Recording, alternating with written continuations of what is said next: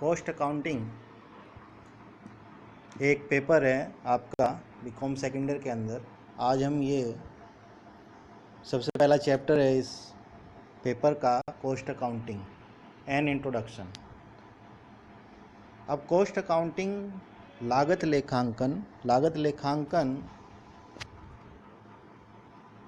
को जानने के लिए, कॉस्ट अकाउंटिंग को जानने के लिए सबसे पहले हमें कॉस्ट को जानना पड़ेगा और अकाउंटिंग को जानना पड़ेगा। कॉस्ट क्या होती है?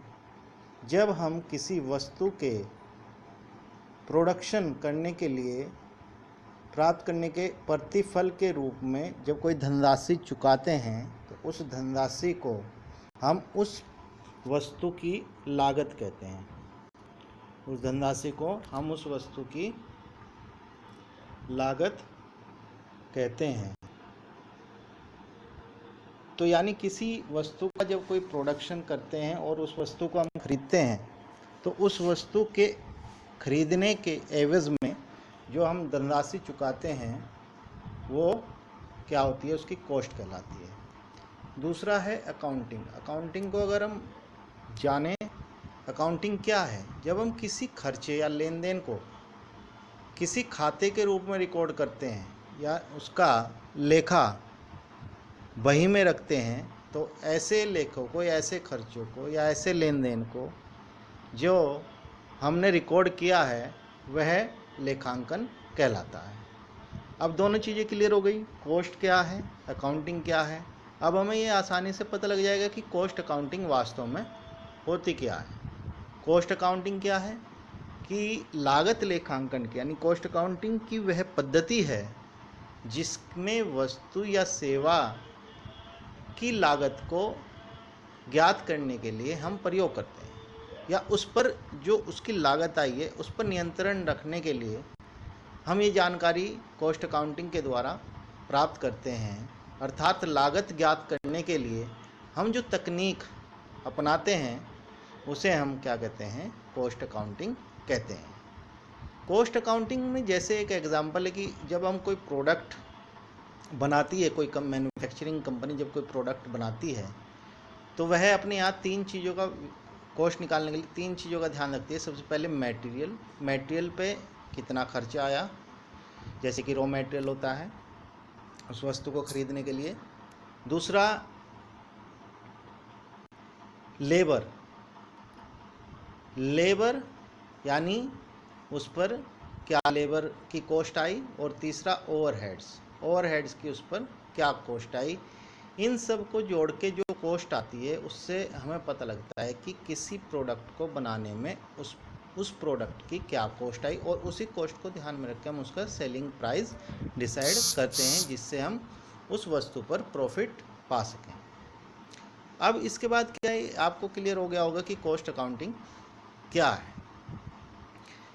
अब बात आती है कि क्लासिफिकेशन ऑफ कॉस्ट हम कैसे करते हैं। क्लासिफिकेशन ऑफ कॉस्ट क्या है? क्लासिफिकेशन ऑफ कॉस्ट यानी ये 4-5 प्रकार से होती है। नंबर 1 जिसमें बताया गया है कि on the basis of elements,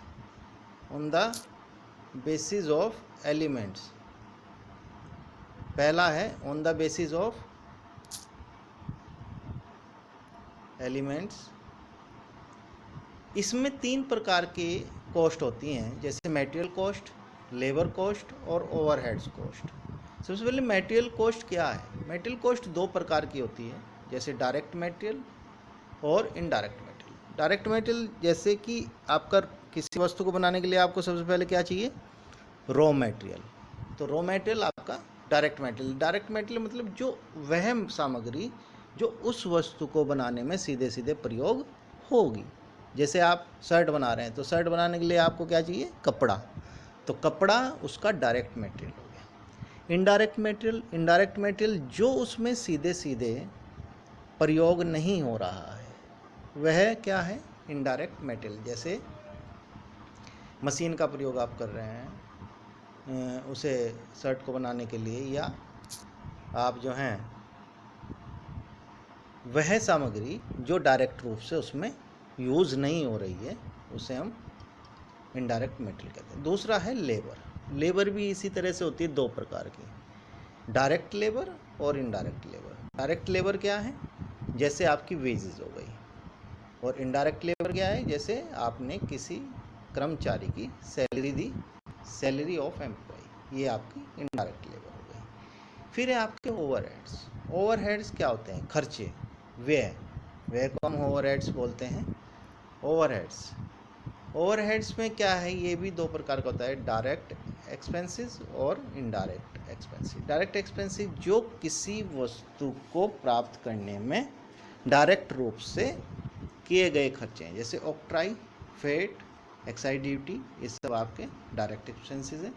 indirect expenses हैं जो आपके उस प्रोडक्ट के बनाने में डायरेक्ट यानी प्रत्यक्ष रूप से संबंधित नहीं हैं, ऐसे खर्चे आपके इनडायरेक्ट खर्चे कहलाते हैं।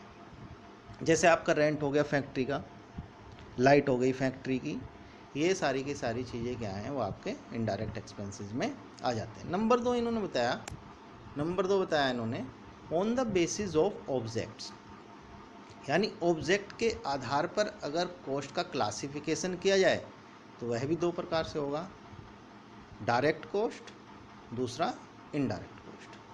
डायरेक्ट कॉस्ट क्या है, जो किसी प्रोडक्शन पर डायरेक्ट रूप से तय की जाती है, वह डायरेक्ट कॉस्ट कहलाती है। और इनडायरेक्ट कॉस्ट क्या है, जो किसी प्रोडक्ट पर प्रत्यक्ष रूप से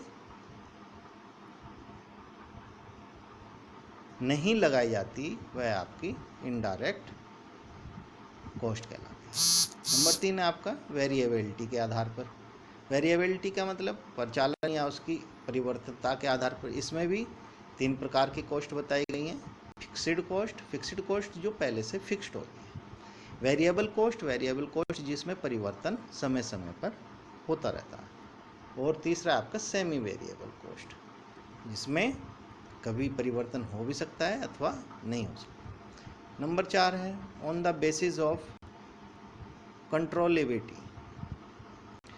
कंट्रोलेबल कॉस्ट क्या होती है, कंट्रोलेबल कॉस्ट क्या है? कंट्रोलेबल का मतलब है कि जिस कॉस्ट पर हम नियंत्रण कर सकें, यानी कोई कॉस्ट यदि किसी प्रोडक्शन की ज़्यादा रही है और उसको हम कंट्रोल कर सकें, तो ऐसी कॉस्ट को हम कंट्रोलेबल कॉस्ट कहते हैं। लेकिन जो हमारे कंट्रोल से बाहर है, जिस पर हम कंट्रोल नहीं कर सकते, ऐसी कॉस्ट जो है भाई, ऐसी कॉस्ट को जिसको हम कंट्रोल नहीं कर सकते, ऐसी कॉस्ट अनकंट्रोलेबल कॉस्ट कहलाती है। नंबर 5 है आपका on the basis of normality. Normality का मतलब है कि सामान्य रूप के आधार पर जब कोई आपकी नॉर्मल कॉस्ट होगी तो ये रूटीन में होती है, रोज़ाना की, यानी रोज़ाना जो खर्च होते हैं वो आपके नॉर्मल कॉस्ट कहलाती है। लेकिन एबनॉर्मल कॉस्ट ये किसी की गलती के कारण कोई ऐसा खर्चा किया जाए जो होना नहीं चाहिए था और वह खर्चा हुआ और उस खर्चे का संबंध फिर प्रोडक्शन से बना, तो ऐसी कॉस्ट को हम क्या बोलते हैं, एबनॉर्मल कॉस्ट बोलते हैं। मुझे आशा है कि आपको यहाँ तक जो आज मैंने पढ़ाया आपको, यहाँ तक आपकी समझ में आ गया होगा। यदि आपकी कोई क्वेरी हो तो आप मुझे व्हाट्सएप के द्वारा जो है संपर्क करके पूछ सकते हैं। Thank you.